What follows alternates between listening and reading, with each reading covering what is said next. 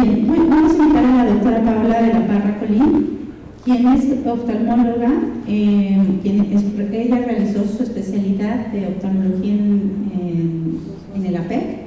Asimismo, ella realiza la especialidad en córnea, enfermedades oculares externas y cirugía refractiva en el Hospital Luis Sánchez Bulnes, en la APEC. Posteriormente tiene un máster en inmunología y superficie ocular en el Instituto de Oftalmología Aplicada en la Universidad de Valladolid, en España. Tiene un Research Fellowship en córnea y enfermedades externas en la Escuela de Medicina de la Universidad de Michigan, y quien actualmente está como médico adscrito y coordinadora de trasplante de córnea, subdirección de oftalmología en el Instituto Nacional de Rehabilitación de la Secretaría de Salud. Doctora de la Parra.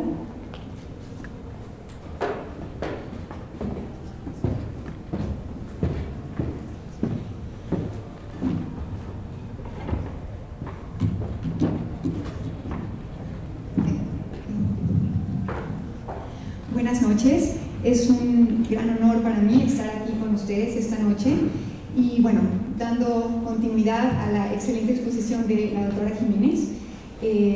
Nosotros vamos a aterrizar un poco más la parte clínica que conocemos y bueno, vamos a hablar acerca del manejo del trasplante de córnea y básicamente vamos a hablar de todo el trasplante, ¿no? Tanto el trasplante de riesgo bajo, riesgo normal, hasta el trasplante de alto riesgo.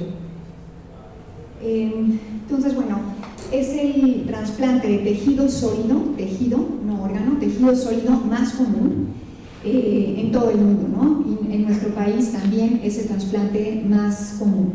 La tasa de sobrevida, aunque se pensaba que es el trasplante más exitoso, el que tiene el mejor pronóstico, con un 90% de éxito, en realidad lo que estamos viendo es que no es así y que derivado de otros estudios realizados en países del primer mundo donde también llevan a cabo una estadística adecuada o lo más adecuado posible acerca de qué sucede con esos trasplantes de córnea, hoy sabemos que aproximadamente entre el 50 y el 60% tiene éxito a 10 años.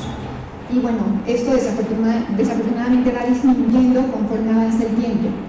De tal forma que tenemos una alta incidencia de falla del injerto y esta falla de injerto puede ir desde el 40 hasta el 50% aproximadamente, y la causa líder o la causa principal por la cual tenemos falla de injerto es el rechazo inmunológico que es irreversible.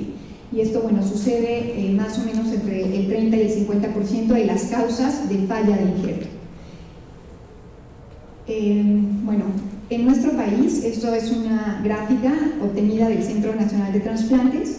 En México, en la última década, podemos observar que aproximadamente estamos haciendo alrededor de 2.500 trasplantes cada año y que este número se ha mantenido más o menos estable, ¿no? en la última década. Desafortunadamente, más allá de la estadística de cuántos trasplantes se están haciendo, no tenemos datos a nivel nacional de qué está pasando, ¿no? con la sobrevida de esos injertos. Habrá estudios que algunas instituciones puedan hacer de manera local, pero a nivel nacional no lo sabemos. Bueno, aquí ya nada más así como para sintetizar, recordemos que tenemos dos brazos, ¿no? Un brazo aferente y un brazo eferente, y que la parte clínica que nosotros estamos tratando de controlar, pues busca inhibir tanto uno de los brazos, ¿no? El brazo aferente, pero también el brazo eferente. Entonces, medicamentos, por ejemplo, como la ciclosporina o el tacrolimus, actúan a nivel de inhibir la activación de las células T, pero bueno, el mecanismo de células efectoras que lleva finalmente a este rechazo, que clínicamente vemos, está mediado principalmente por leucocitos, y ahí realmente el medicamento que actúa mucho mejor pues es el esteroide, ¿no? Bueno, y regresando un poquito al tema de estadística, nosotros a través de tablas de sobrevida, ¿no? Por ejemplo esta de Kaplan-Meier, podemos ver qué es lo que sucede a lo largo del tiempo, ¿no? La tasa acumulada de sobrevida del injerto y el seguimiento, que puede ser meses, años, etc. Esta tabla está tomada del Banco de Ojos de Alemania, en donde bueno, hay un seguimiento de varios años. Normalmente 60 meses serían 5 años aproximadamente, y se corrobora, ¿no?, con lo que la literatura internacional dice. Más o menos empezamos a tener una falla del 60% a 5 años de seguimiento, y esto sigue disminuyendo. Esta otra tabla de Kaplan-Meier nos permite evaluar, dependiendo de los diagnósticos distintos que el paciente previamente al trasplante ha tenido, y esto está tomado del Banco de Ojos de Australia. Y aquí podemos ver que, bueno, para sorpresa de nadie, el que tiene el menor riesgo, la menor tasa de falla es el queratocono, obviamente si no hay un evento de inflamación previo, seguido de las distrofias estromales, enfermedad ocular herpética, que bueno, eso a lo mejor podría tener alguna variación, ¿no?, dependiendo de quién esté haciendo el estudio, queratopatía anulosa pseudofágica, falla previa, ¿no?, ya la tasa de sobrevida disminuye considerablemente, y trauma también está considerado como de los que tienen peor tasa de sobrevida.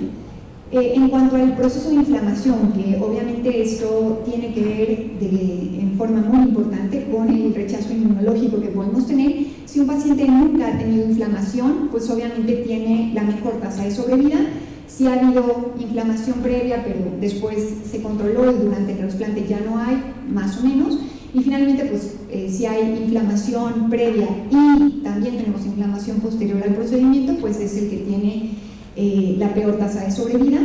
Y finalmente, dependiendo del grado de vasos sanguíneos que existan en la córnea, si es avascular, pues tenemos la mejor tasa. Entre más cuadrantes estén comprometidos, pues la peor tasa. Y por último, también si hemos tenido injertos previos, vamos a tener peor tasa de sobrevida. Y bueno, ya la caída es sumamente abrupta, ¿no? A partir del tercer injerto, pues bueno, ya prácticamente mejor no hacemos nada.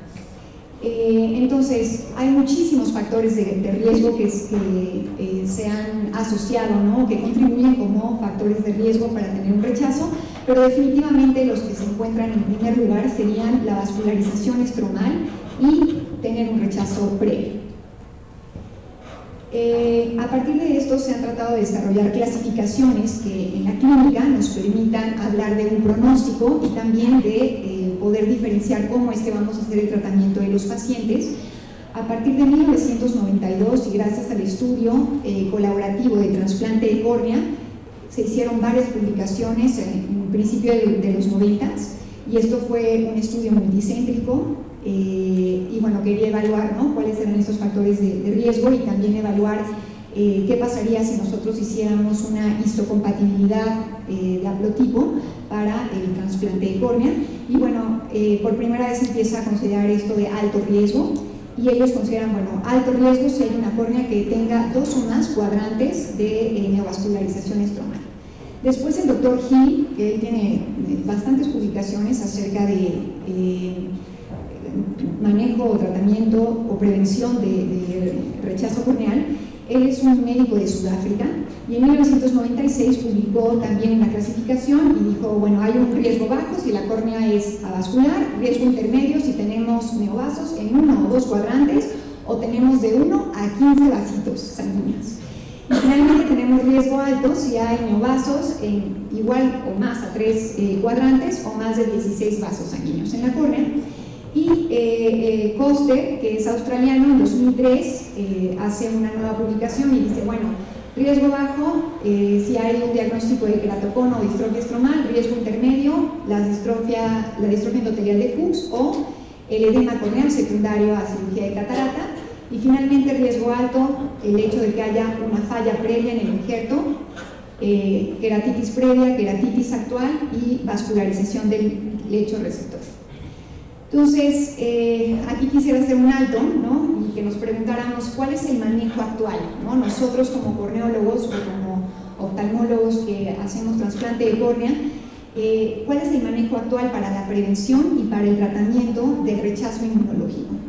Y muy a la mano, acaban de publicar esta encuesta que la Sociedad de Córnea que es bueno, una sociedad internacional, publica cada 6 años, y bueno, esta encuesta se hizo en el 2011, pero acaba de publicarse este año.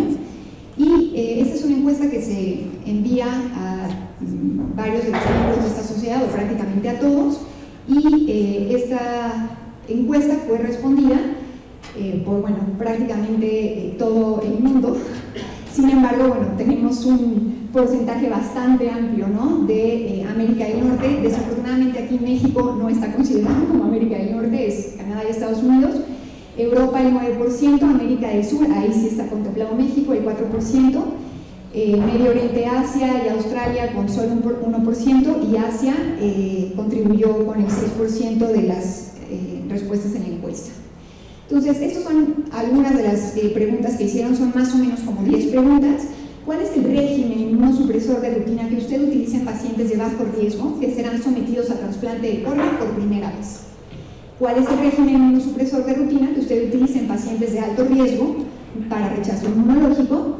¿Cómo trataría usted a un paciente con la presencia de una línea franca de rechazo endotelial y edema estromal?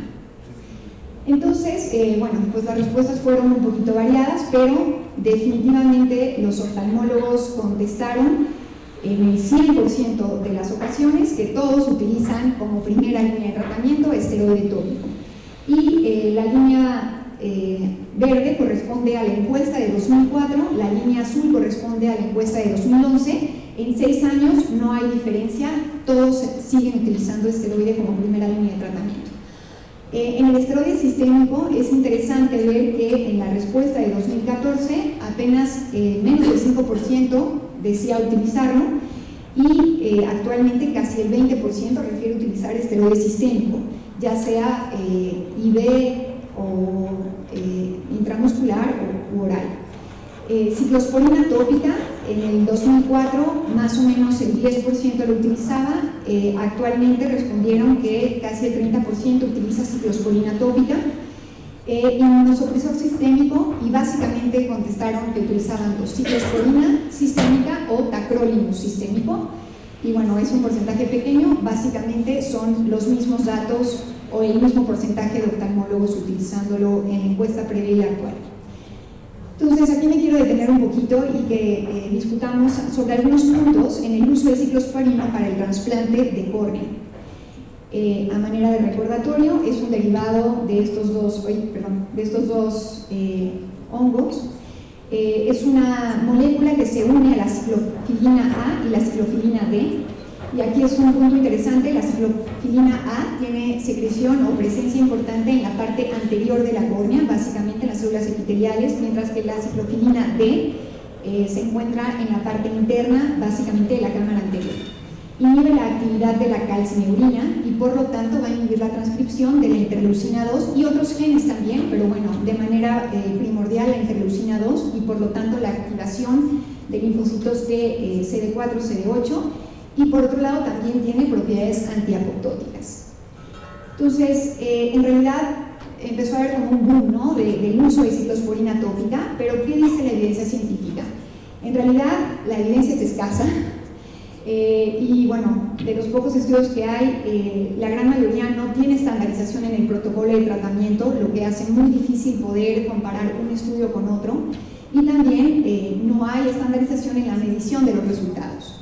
Existen muchas series de casos, muchos estudios de casos y controles que demuestran un efecto positivo a muy positivo. Hay un estudio, ¿no?, publicado por Hill, que yo creo que ese fue uno de los puntos claves por lo cual se empezó a utilizar mucho la ciclosporina tópica, en donde pues, prácticamente había 90% de sobrevida del injerto, los que usaban ciclosporina, versus el tratamiento normal de esteroide en pacientes de alto riesgo, ¿no? En realidad hay muy pocos ensayos clínicos aleatorizados, y en los que hay realmente hablan de que no hay un beneficio estadísticamente significativo sobre la sobrevida del injerto a largo plazo. Y algunos ensayos clínicos incluso ni siquiera se publicaron por haber encontrado resultados no favorables. Ejemplo claro de esto fue el estudio de la farmacéutica Sandoz, que quiso sacar al mercado una ciclosporina al 2%, tuvo resultados que no fueron favorables y decidieron ni siquiera publicar los resultados, ¿no? Ahora, yo sé que algunos de nosotros hemos tenido experiencia favorable o no con el uso de ciclosporina, pero en realidad si no existe una justificación para el uso, deberíamos de tratar de preguntarnos cuál es la plausibilidad biológica, por qué puede estar sucediendo esto, ¿no? Y bueno, estas serían algunas de las discusiones, ¿no? Puede haber un pobre efecto corneal debido a que la dosis que se utiliza de manera tópica es muy baja y por lo tanto la biodisponibilidad y la bioactividad no puede ser suficiente. También la alosensibilización, como vimos ahorita con la presentación de la doctora Jiménez, ocurre en los nódulos linfáticos, no en la superficie ocular. Por otro lado, los esteroides que normalmente utilizamos, ¿no? Y la ciclosporina solo como un coadyuvante, es muy potente e inhibe pues ambos brazos del arco reflejo inmunológico y por lo tanto el uso adyuvante de la ciclosporina puede quedar sin efecto. Y por otro lado, la ciclosporina también tarda de varias semanas, incluso a varios meses, en manifestar un efecto máximo. Realmente la forma en la que lo utilizamos puede ser un tiempo demasiado corto para permitir un efecto adecuado de la ciclosporina. En conclusión, no existe evidencia científica suficiente que justifique el uso de ciclosporina tópica ni como profilaxis ni como tratamiento del rechazo inmunológico corneal en el momento actual. Sin embargo, sí existe alguna evidencia que justifica su uso en casos de pacientes con queratoconjuntivitis atópica o dermatitis atópica que tienen queratoconio y que por lo tanto tienen que ser sometidos a un trasplante de córnea. Y en cuanto a la ciclosporina sistémica, bueno, también la evidencia es muy escasa, los resultados son mixtos, ¿no? Tenemos un ensayo clínico aleatorizado y un estudio de cohorte también del Dr. Hill en 89 y en 95 que demostraron que sí había beneficio. Sin embargo, después 4 de 3 estudios, casos y controles no mostraron ningún beneficio. Un ensayo clínico aleatorizado en el 2011, que es el último, realizado en Japón, también muestra que no existe ningún beneficio y que los riesgos que se pueden tener en los pacientes, sobre todo de edad avanzada, son muy altos y definitivamente no se debería utilizar. Regresemos al resultado de la encuesta realizada por la Sociedad de Córnea y ahora acerca del uso del esteroide tópico. Bueno, estos son todos los esteroides que los oftalmólogos en el mundo refirieron utilizar. Como número 1, la prednisolona en el 78% de los casos, en el 15% de los casos dexametasona, y lo que llama mucho la atención es que el 5% ya está utilizando este esteroide nuevo que se llama difluprednato.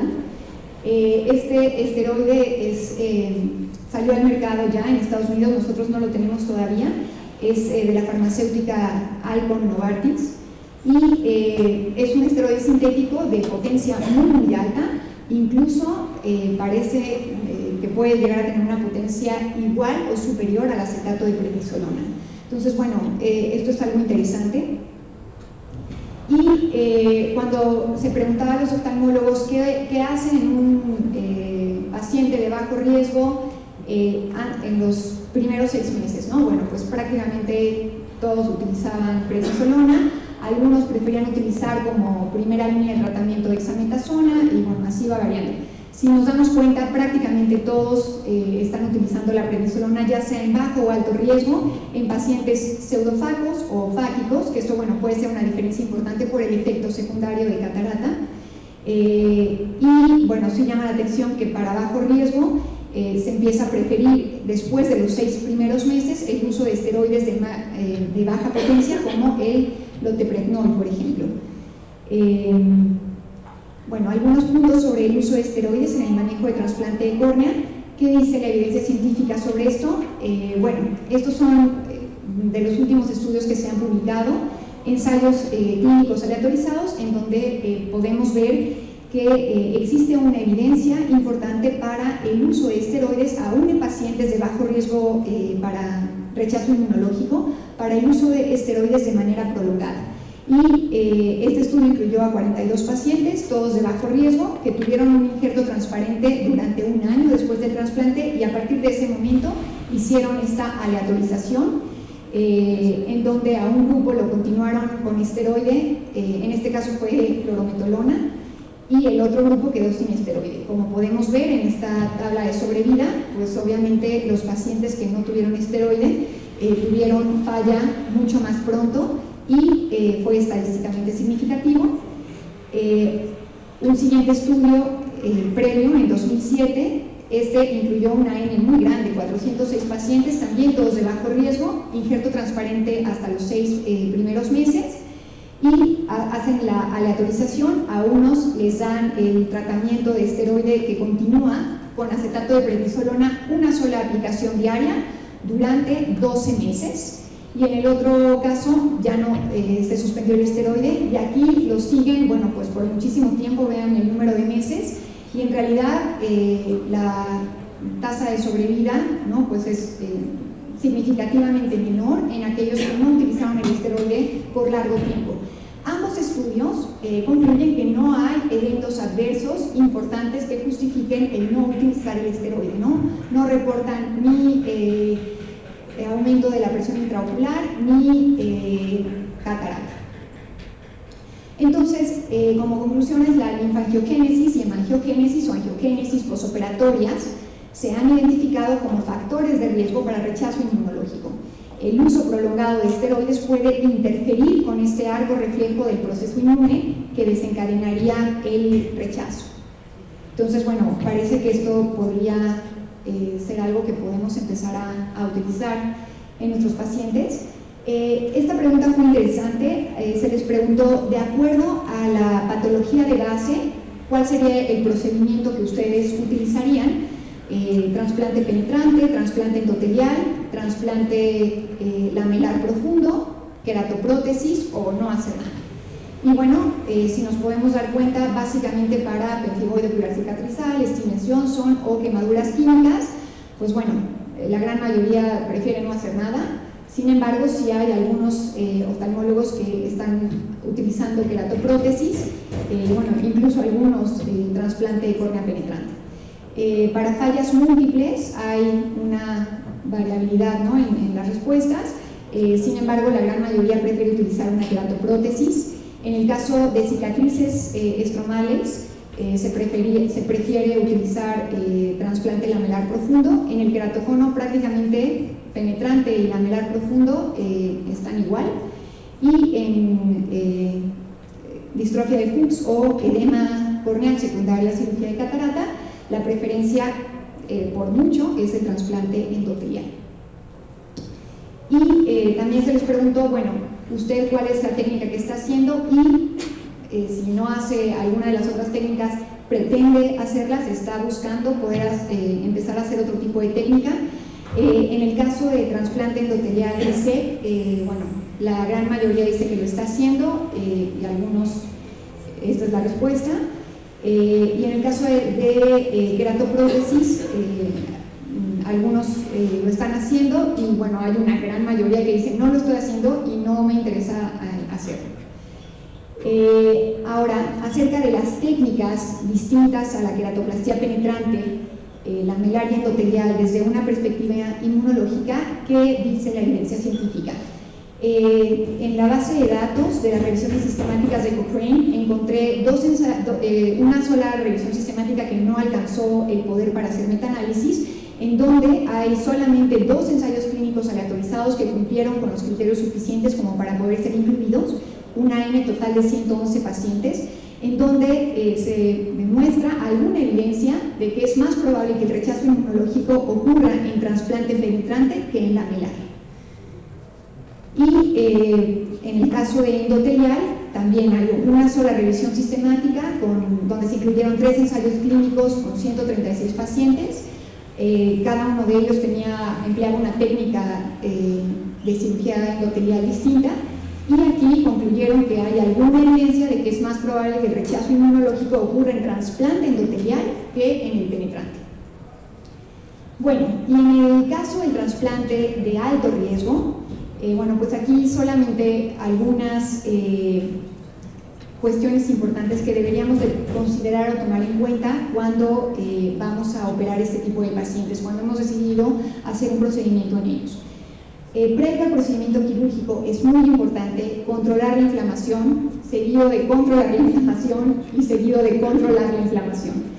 Y eventualmente también rehabilitar la superficie ocular, ¿no? Entonces, si tenemos pacientes con rosácea que tengan daño actínico, con ectropión, etcétera, bueno, pues hay que manejar muy bien todo el proceso inflamatorio antes de poder intervenir este paciente, y estamos hablando de que podemos tardar meses o años en controlar todo esto para que esté listo para recibir el trasplante con un mejor pronóstico. Previo al procedimiento también es importante pensar, ¿no?, si valdría la pena en estos casos buscar la compatibilidad tisular.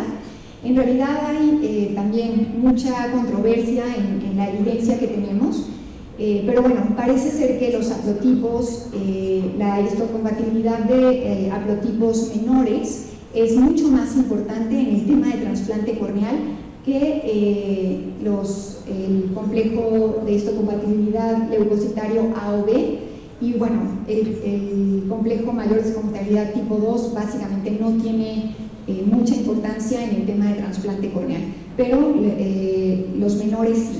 Sin embargo, bueno, pues obviamente por todo el tema alrededor de poder conseguir esta posibilidad, pues tardaríamos muchos más años, ¿no?, en poder trasplantar a estos pacientes.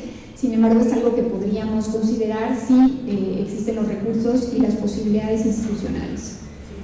¿Qué considerar durante el procedimiento quirúrgico en los pacientes de alto riesgo?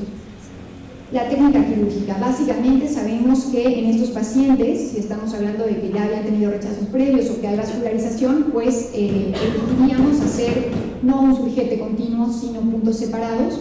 Y de los puntos separados también hay alguna evidencia que nos dice que si ponemos el nudo del lado del botón donador y los cabos hacia la parte posterior, la posibilidad de rechazo sería menor, ¿no? Pero bueno, esta evidencia no es muy fuerte, sin embargo, pues podría ser un punto a considerar. ¿Y qué considerar posterior al procedimiento quirúrgico?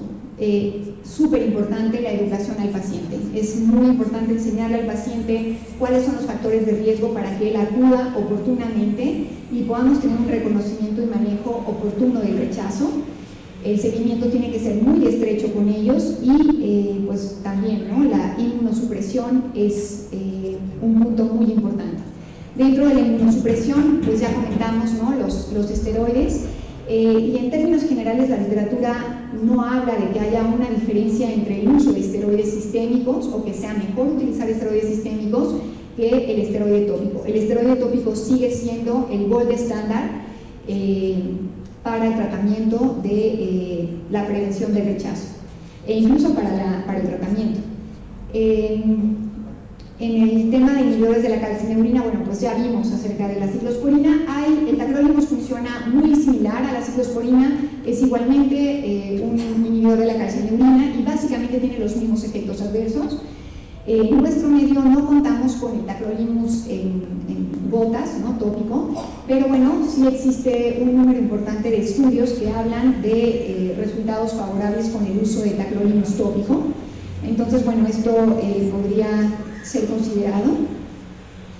También los antimetabolitos, aciatoprina realmente ya no es un inmunosupresor que estemos utilizando con mucha frecuencia. El mofetil fenolato es un antimetabolito que tiene mejores resultados, menores efectos adversos y utilizado, incluso hay estudios que dicen que solo puede funcionar bastante bien, pero la recomendación es utilizar el mofetil fenolato en combinación con un inhibidor de calcineurina a dosis baja, básicamente tacrolimus.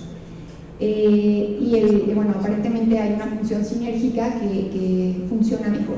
Y por otro lado tenemos los anticuerpos monoclonales. Estos, pues en nuestro medio todavía no tenemos latriximab o basiliximab. Sin embargo, el bevacizumab es un medicamento que podemos utilizar. En realidad ha habido como mucho, ¿no?, aspaviento acerca de utilizarlo para inhibir la vascularización corneal. Claro, la inhibimos, pero recordemos que es algo que va a ser refractario y vamos a volver a tener esos nuevos. Entonces, bajo circunstancias especiales podríamos utilizar esto y creo que todavía nos falta estudiarlo con mucha mayor profundidad como para poder saber bien y tener una sistematización del uso adecuado de bevacizumab. Latriximab y este otro anticuerpo monoclonal son anticuerpos monoclonales que funcionan específicamente en el receptor alfa de la interleucina 2. Entonces inhibe el que la interleucina 2 pueda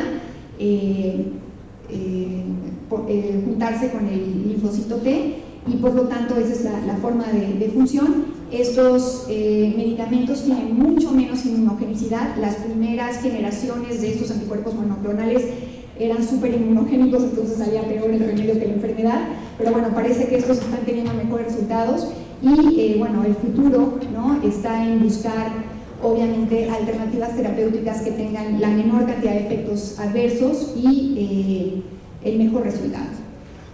Y bueno, pues nada, juntos podemos mejorar la calidad de vida de nuestros pacientes. Muchas gracias.